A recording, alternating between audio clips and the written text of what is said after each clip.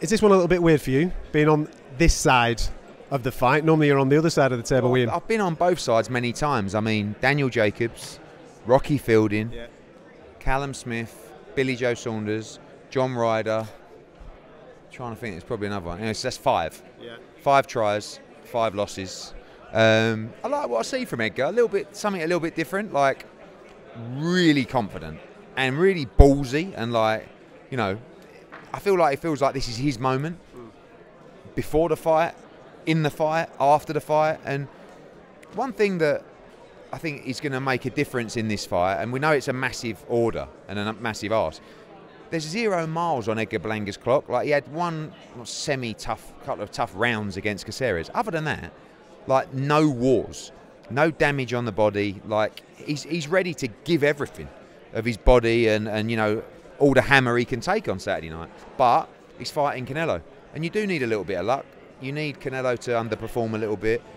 People keep talking about he's showing decline. Didn't really see that in a Munguia fight.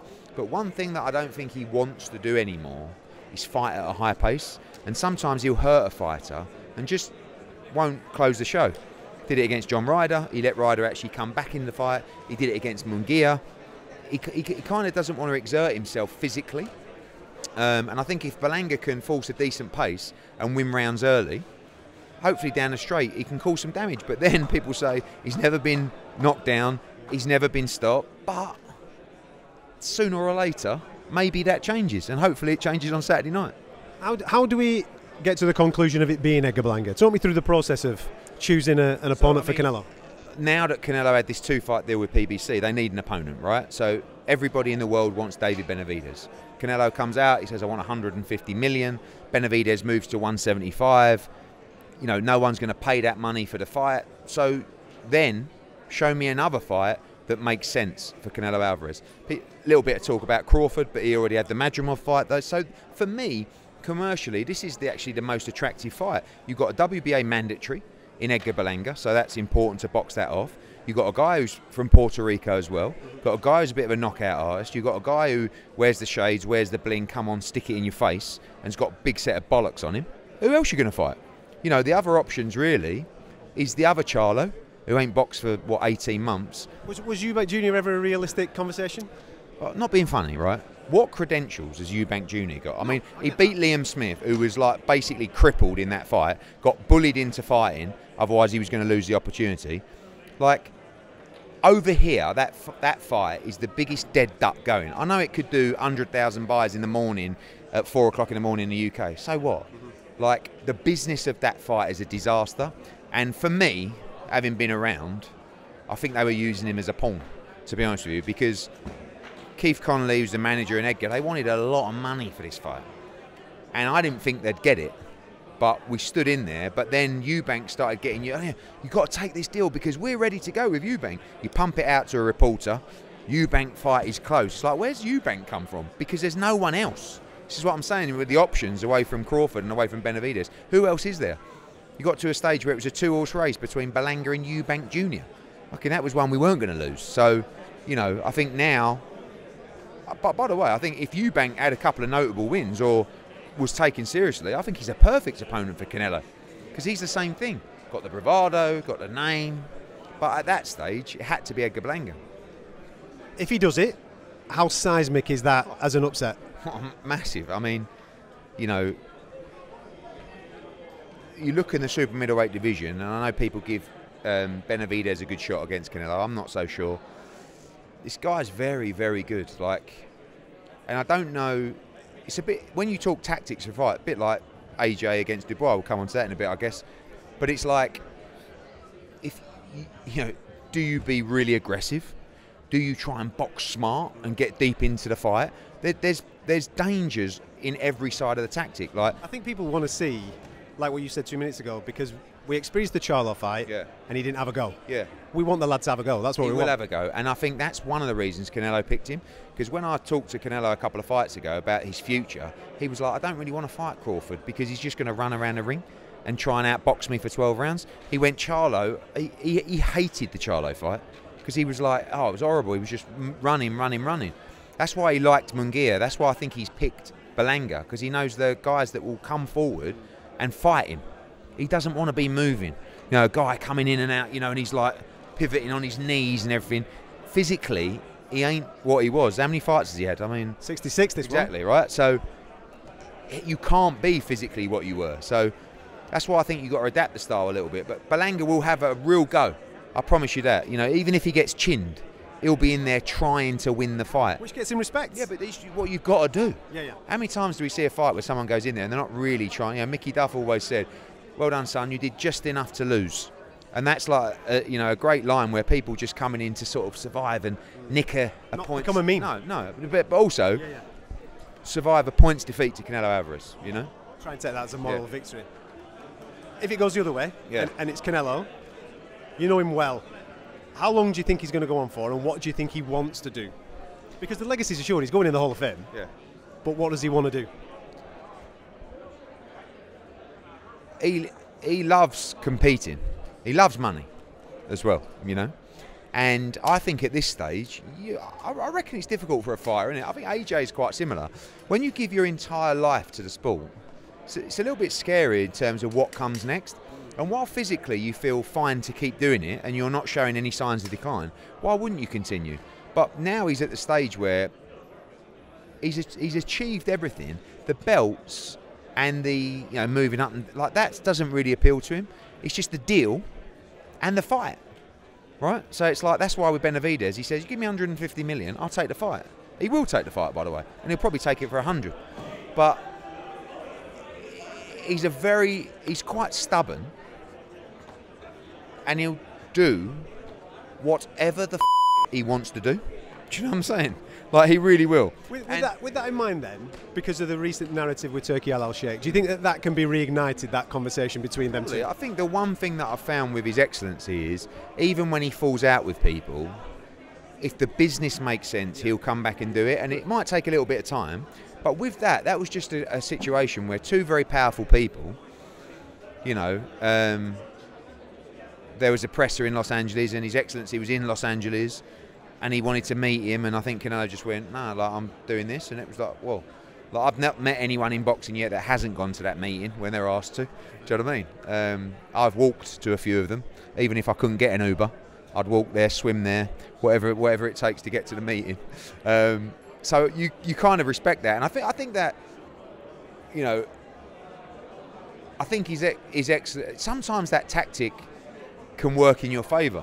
Do you know what I mean? In terms of when you're negotiating, because if you show that resistance, you know, I'll do it. Sometimes that helps you put the price up. You know, it's an interesting game, but I think that with Canelo, one thing I've learned about him over the years is, if the deal's right, he's in, and if it's not, he ain't. Simple as that. You've got a big show next week as well as obviously this one. I'll get to September 21st. I just want to, because when I'm speaking to fans quite a lot, they have a little concern about shows in the UK. What can we expect from Matchroom in particular? I know that obviously you're teaming up with Riyadh Season next week for the big one. What can we expect from you guys between now and the end of the year? I think the bar's been raised significantly for boxing events as a whole. And sometimes, like, you get to a situation with, like, even October 12th with Bivol Beterbiev, I think you guys actually might have had a pop at that undercard, right? It doesn't jump off the page as much as the other ones. Yeah, I get that, but at the same, like, I think we've just got to be conscious of, like, what we're seeing at the moment. And like, I look at that undercard, and then I look at a show we might be doing, which is a good show for us, and I go, blimey, people are actually moaning about that. Like, I know your expectancy of a Riyadh Season card is now, but you know, when you look at that card, you've got so many big fights that could be headlining, you know, around the world, right? Like Stevenson Cordina. Stevenson headlines on ESPN. He draws the biggest numbers in America. Clark Wardley 2 was a fight that Sky wanted to do on pay-per-view. Could sell out there's a lot of good fights on there. But I get that maybe there was a Riyadh Season event that had a better card than that. But the main event is ridiculous. Yeah, but for me, it's the best fight in boxing. Absolutely. But when you go back to the UK product, for me, it's not just like, we know we can't compete with Riyadh Season cards because financially we wouldn't have a business. Do you know what I mean? But what we need to do is try to make the fights now that are really, really compelling, that we can build a narrative around, but also look at the product. Sometimes the product can become a little bit stale, and you've got to try and innovate to a point of, I'm talking about the number of fights on a card. I'm talking about the start time of a main event. I'm talking about the breaks in between fights. I'm talking about the lighting. I'm talking about, you know, the fan experience. I'm talking about the interactive opportunities for viewers. There's many ways to evolve as a product, not just trying to make great fights, because if we just try to make cards like Riyadh said, we can't do it. And Riyadh season, who knows how long it'll go on for? You know, could be 6 months, could be 6 years, or could be beyond that. And His Excellency has a massive appetite for the sport. But for me, we're having a very conscious look at the UK schedule right now and saying we've got to do better. And we've been a bit unlucky with injuries and a couple of shows falling through. But moving forward, it's making the right fights, you know, fights that are actually compelling. And, you know, I know this is a really weird one to pick, but it's a great example of a fight, which is Junaid Boston against Ishmael Davis, right? Now, that's not a headline fight, but you've got two really good young prospects, right? We have to actually not force people, because we've got a responsibility to guide their career in the right way. But for me, that is such a great fight that can sit, you know, I'm still third fight down, but when you get fights like that and you're building 5 fights like that with a good main event, that for me is better than just having a big name and making a one-sided fight. Do you know what I'm saying? Yeah, I agree. And do you think the way that fans interpret a loss as well is really important, that we need to forget that? If the best guys are fighting the best guys and we're getting 50-50 matchups, exactly what you've just named there, it doesn't matter if the kid loses, he can come again. Yeah, it is. But you know what, Adam, as well, like some fighters, the loss means less. But for some fighters, particularly ones that are being built up, that loss means more. Like if you look at fighters like, I don't know, even ones that aren't with us, I don't know, Ben Whittaker or something like that, right? Really good talent. Like he should be fighting Lyndon Arthur. He should be fighting Craig Richards. He should be fighting all those guys. But actually they're worried about moving too quickly. Or whereas I look at the ability of him and go, no, what you're doing by fighting the guys you're fighting is actually devaluing or slowing down the potential for where you could go. But at the same time, there's other guys out there that might have had a loss that go, throw me in anything you like. I don't care. You know, look at Sonny Edwards, right, against Yafai. Hopefully we can make a fight. Brilliant fight. Sonny, who is, you know, was a world champion, lost to Bam, come back with a win. He's going to fight a guy who's had, what, 5 fights, Olympic champion. But if he loses, where'd you go? But rather than go, oh, if I lose, where do I go? Go, yeah, I like that fight. I'm going to get a nice few quid and I'll beat him. And when I beat him, I'm going to go on and make a lot more money. So that's the kind of fighter you want in the stable. Is a guy that says, because if you look at the UFC models, they don't give a fuck, do they?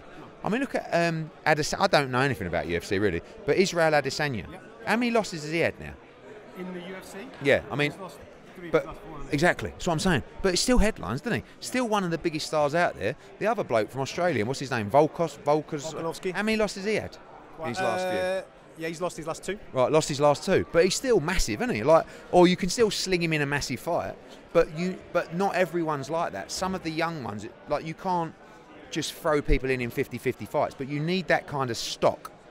Yeah, so Dana needs that stock of fighters that actually, you pay me the money, fucking, I'll fight anyone, rather than, oh, hang on, I'm building myself in the right way. Do you know what I mean? That happens a lot, but that's why I like that kind of stock in terms of fighter, and they're the fights that I'm interested to make. Is the ones where you're putting 2 guys in, maybe 2 guys that don't have the ability or future to become, you know, a pound for pound great, but can build a great career and a lot of money by taking fights. You know, you look at people like, I don't know, a bit of a random one again, but a bit of a throwback, Sam Eggington.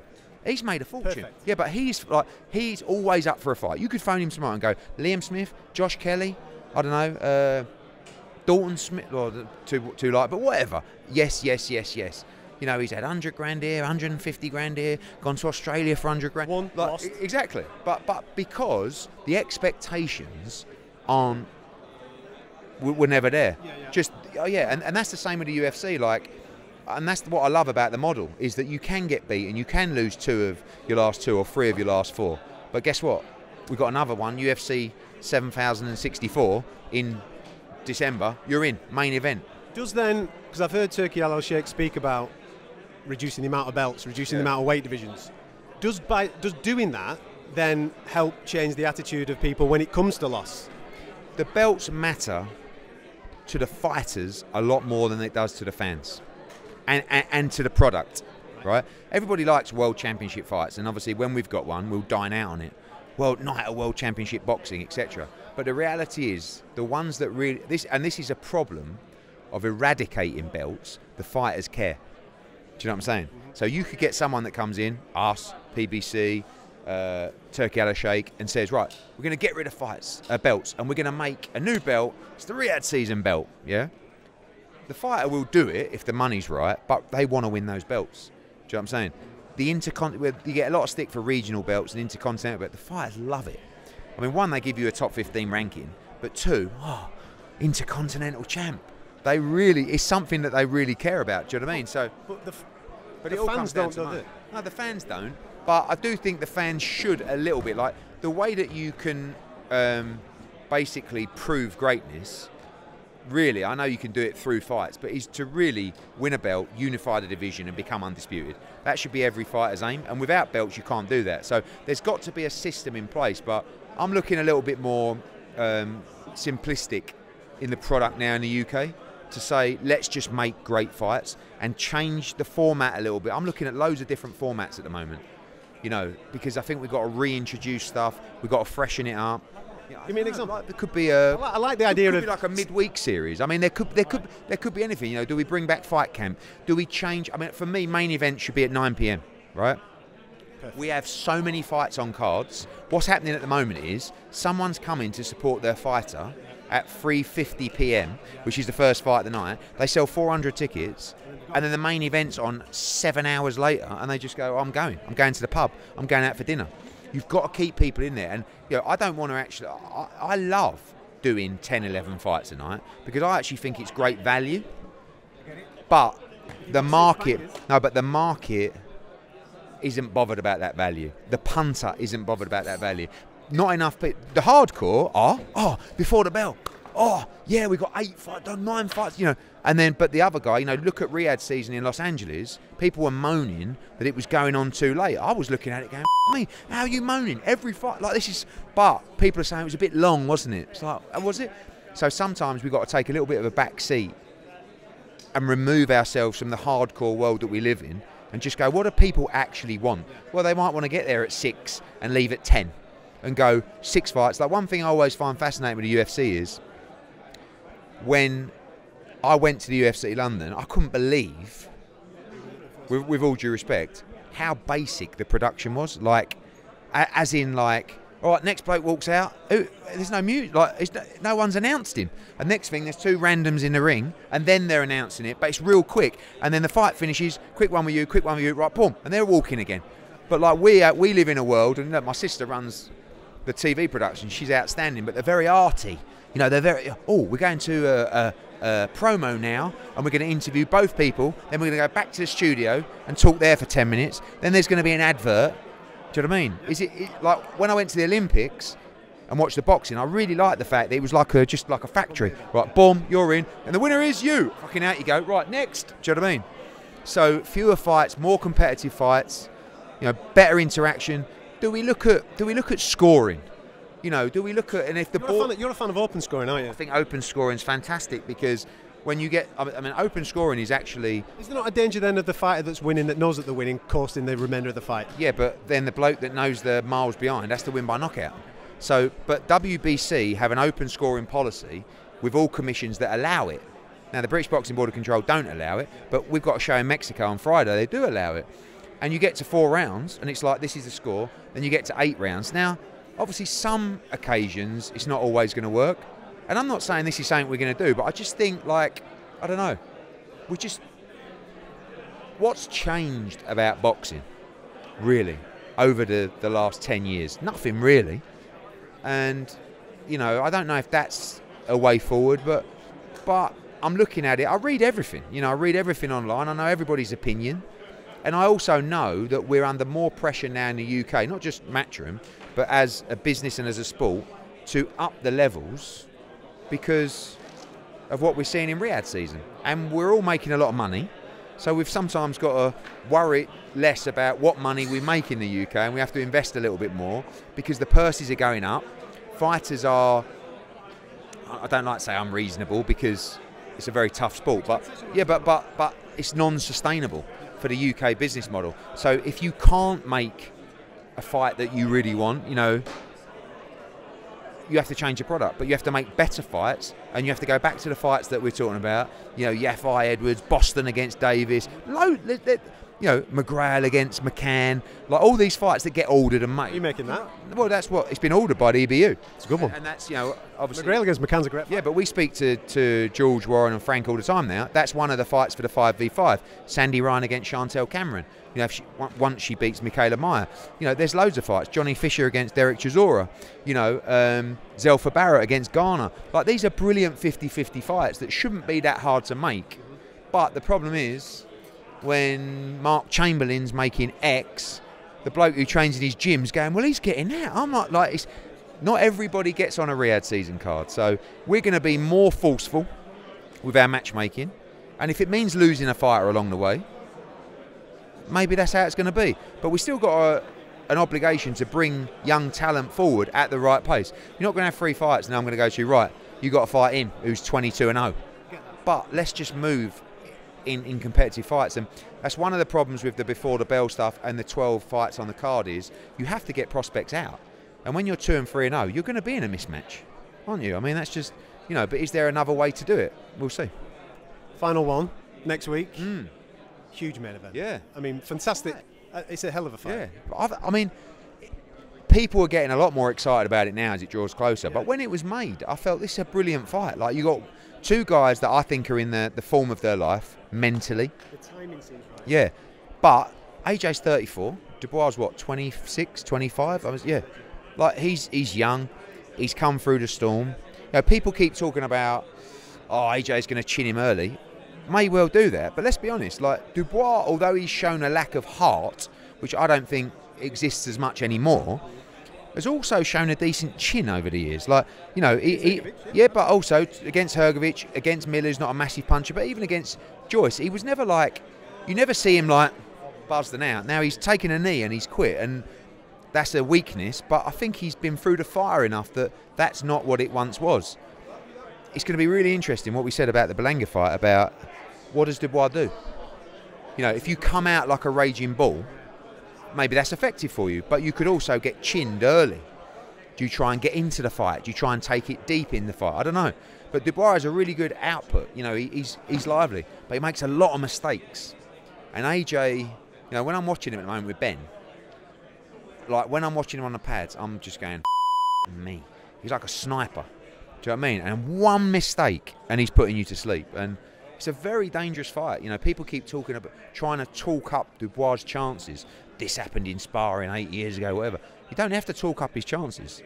It ain't a 50-50 in my opinion, but I'll tell you what, you know, it's a 60-40, whatever way you want to look at it. And this is a real fight between 2, you know, established British heavyweights for the world title. And there's Needle. Yeah. You were there. Yeah, and there's going to be 96,000. It'd be interesting to see the body language. One thing would be difficult for Dubois, the experience. Like, the whole week, you know, you could get drained by the time you turn up to Wembley. And when you come through the tunnel and they make you go around the back and stand on that stage over there, like, you have to have a serious set of bollocks to not let that affect your performance. Bread and butter to AJ. Not even, his heart rate won't move. Do you know what I mean? He's still got to win, but could play a big part as well. Have you noticed the difference in AJ since teaming up with Ben? I'm not talking about fighting. I'm not talking about that. I'm talking just about him as a character. You know what it is with AJ is he's a very smart guy, right? And he's not an idiot. And you can't bluff him into a fight like, yeah, you got, you know, unless he understands the game plan and the strategy, he's not the same fighter. And against Usyk, he was so lost in terms of his strategy and everything that I mean, you know, that I remember that week, and even on the night, I'm thinking. And then when he went to Derek James, when he was on the pads, you know, I used to go in there when he was firing. I'm talking like Klitschko days with Rob McCracken. You would watch him on the pads in the changing room, and you would walk out of that changing room, and you would go, "Oh my God!" When I went in the changing room before the Wilding fight with Ben, I was like, where has this come from? Because when it was with Derek, it was just like, I don't know, it was just, and then all of a sudden, but it's like, Ben is so good at inputting the data to the fighter, and Lee Wiley as well. So they'll say to AJ, right, this is what he's going to do. When he does this, and then it's like slip, bang, and it's like fucking hell. And as soon as the Otto Wilding fight came out, within 2 rounds, I'm watching it going, oh my God, it's just exactly what you said was going to happen. Francis Ngannou, same thing. And Daniel Dubois is so easy to set a game plan up for. Like, he's going to make the same mistakes he always made.